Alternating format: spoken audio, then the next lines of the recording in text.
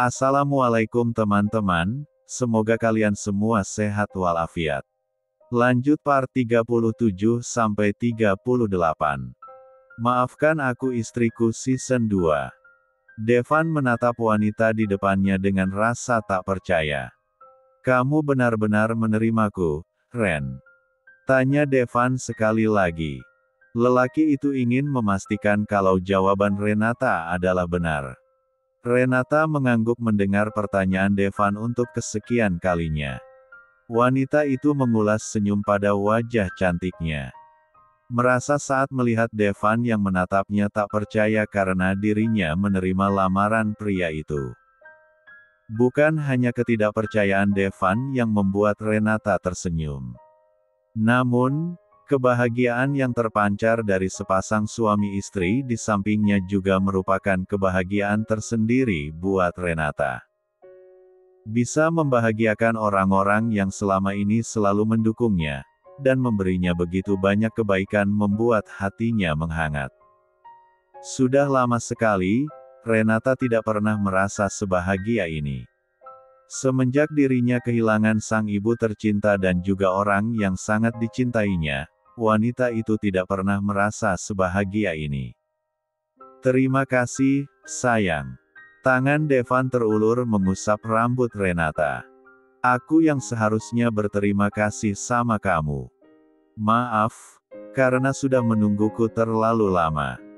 Renata menatap Devan dengan kedua mata berkaca-kaca. Merasa terharu dengan pengorbanan Devan selama ini. Seandainya tidak ada mama dan papa, rasanya, aku ingin sekali memeluknya. Devan menatap Renata dengan penuh cinta. Sementara Dika dan Iren merasa sangat bahagia. Ayo kita rayakan kebahagiaan kita. Dika mengangkat gelas berisi jusnya. Begitupun dengan Iren, Renata dan Devan. Meskipun mereka tinggal di luar negeri, tetapi, mereka selalu mencari makanan yang berlabel halal. Dika dan Devan adalah dua orang pria beda generasi yang tidak pernah menyentuh minuman beralkohol. Malam itu, mereka berempat menghabiskan malam dengan perasaan bahagia. Setelah bertahun-tahun, akhirnya kini mereka bisa bernapas lega. Terlebih Devan. Pria itu sangat bahagia karena akhirnya Renata menerima lamarannya. Terima kasih Tuhan, karena sudah memberikan jawaban dari setiap doaku. Terima kasih, sayang. Devan mengunci tubuh Renata dalam P3 lukanya. Membisikkan ucapan terima kasih berulang-ulang pada Renata. Renata hanya tersenyum menanggapi ucapan Devan. Perempuan cantik itu merebahkan kepalanya pada dada bidang Devan. Rasanya sungguh nyaman. Kedua tangan Renata bahkan melingkar pada pinggang lelaki itu, mengeratkan pelukan. Aku mencintaimu. Devan kembali berbisik. Aku tahu. Dari dulu aku sudah tahu kalau kamu mencintaiku, ucap Renata percaya diri. Sungguh. Devan menatap wajah cantik Renata yang mendongak ke arahnya. Ternyata kamu sangat percaya diri. Devan terkekeh. Renata tersenyum. Tidak marah sama sekali dengan ucapan Devan. Kalau kamu tidak mencintaiku, kamu tidak akan berbuat sejauh ini untuk menolongku, dan mendukungku sampai akhirnya aku sembuh dan bisa kembali berjalan dengan normal. Renata menatap Devan yang menyunggingkan senyum. Wajah tampan itu bertambah berkali-kali lipat saat sedang tersenyum. Benarkah? Renata mengangguk mantap. Apa sangat terlihat jelas kalau aku menyukaimu. Devan menarik pinggang Renata agar lebih merapat ke arahnya. Laki-laki itu menghirup dalam-dalam aroma tubuh Renata. Devan sungguh sangat berterima kasih karena Renata mau menerimanya. Akhirnya, setelah sekian lama aku bisa memelukmu seperti ini. Bukan hanya sebagai sahabat, tetapi, sebagai seseorang yang sangat mencintaimu. Devan mengecup puncak kepala Renata. Laki-laki itu sungguh sangat bahagia. Sementara Renata tersenyum dalam P3 lukan Devan. Kedua mata Renata terpejam menikmati debaran jantungnya. Pelukan Devan sungguh sangat nyaman. Apalagi, saat mendengar kalimat demi kalimat yang Devan ucapkan. Sayang, aku sudah mengatakan pada Mama dan Papa untuk mempersiapkan pernikahan kita. Setelah kamu benar-benar merasa sehat, kita akan pulang ke negara kita. Kita akan pulang. Renata mendongak menatap Devan yang tersenyum manis padanya. Iya, sayang. Kita akan pulang. Sesuai keinginan kamu. Bukankah kamu sendiri yang ingin menikah di negara kita? Part 38. Sesuai dengan janji Devan pada Renata, sebulan setelah Renata dinyatakan benar-benar pulih, Devan dan Iren memutuskan pulang ke negaranya. Mereka akan mengadakan pesta pernikahan Devan dan Renata di Indonesia. Setelah beberapa jam, mereka bertiga sampai di ibu kota. Dika terlihat tersenyum bahagia saat menjemput anak dan istri serta calon menantunya. Setelah acara lamaran Devan malam itu, 2 hari kemudian Dika kembali ke tanah air karena harus menyelesaikan pekerjaannya. Papa, Iren memtigaluk suami yang dirindukannya. Aku merindukanmu, bisik Dika membuat Iren mencubit pria itu. G3 Nit. Iren ikut berbisik. Mereka berdua terkekeh kemudian saling melepas pelukan. Pandangan Dika beralih pada putra semata wayangnya. Laki-laki itu kemudian memtigaluk Devan. Papa bangga sama kamu, nak. Terima kasih karena sudah menjaga 2 bidadari papa.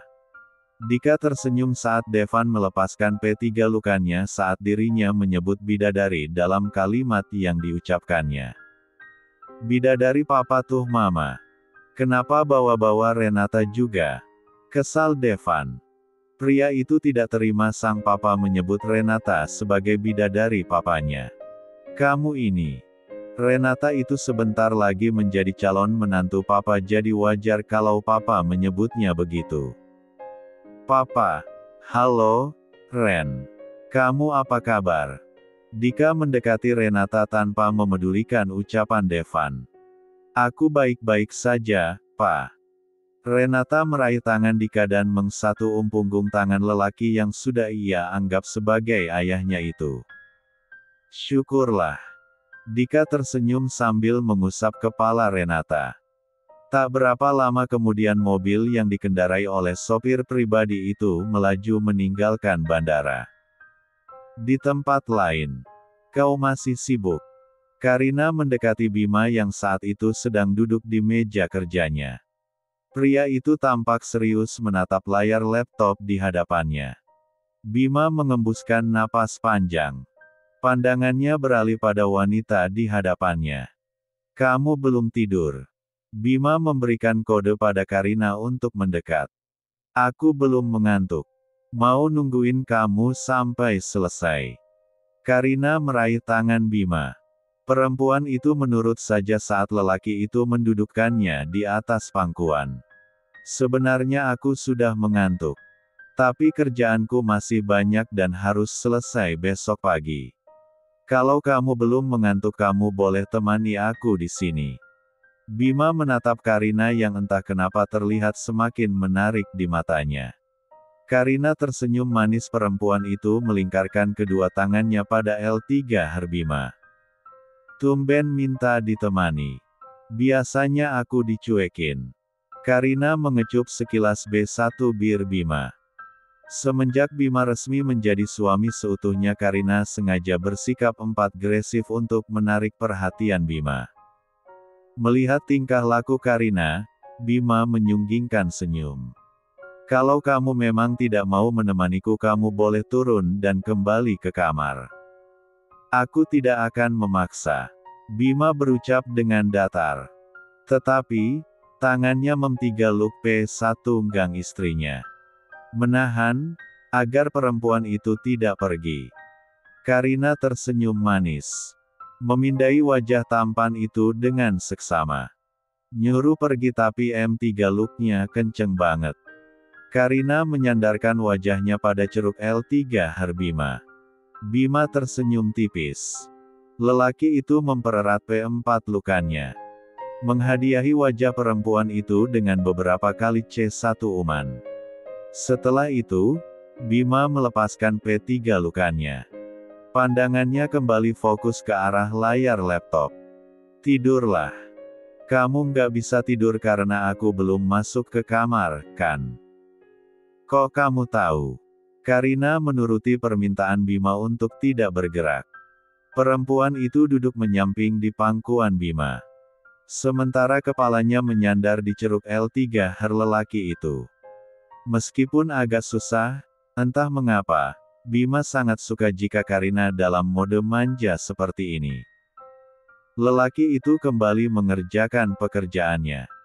Sesekali, pria itu membenamkan bibirnya pada B1 bir Karina, kemudian kembali melanjutkan pekerjaannya. Kalau sudah begini, bukannya mengantuk, Karina justru harus siap siaga saat B1 bir suaminya tiba-tiba mendarat dan mengolum B1 birnya. Karina sungguh sangat bersyukur, meskipun saat ini Bima belum mencintainya tetapi, pria itu selalu bersikap lembut padanya. Bima juga tepat waktu saat pulang dari kantor. Lelaki itu lebih memilih membawa pekerjaannya pulang dan dikerjakan di rumah daripada harus lembur di kantor. Seperti malam ini, Bima lebih memilih mengerjakan pekerjaannya di rumah daripada lembur di kantor sampai malam. Di kantor, ia hanya seorang diri. Sementara, di rumah ada sang istri yang bersedia menemani sampai pekerjaannya selesai. Setelah pekerjaannya selesai Bima juga bisa langsung meminta bonus pada istrinya. Bima mematikan laptopnya. Kemudian menatap Karina yang masih meringkuk di P4 engkuannya. Bima merubah posisi duduk Karina agar menghadapnya. Aku sudah selesai mengerjakan pekerjaanku. Bima menatap wanita itu sambil merapikan rambutnya. Kalau memang sudah selesai, ayo kita tidur. Kamu pasti lelah, kan? Bima mengangguk. Ya udah ayo kita Karina tidak bisa melanjutkan ucapannya saat B1 bir pria itu main 4 rat di B1 birnya.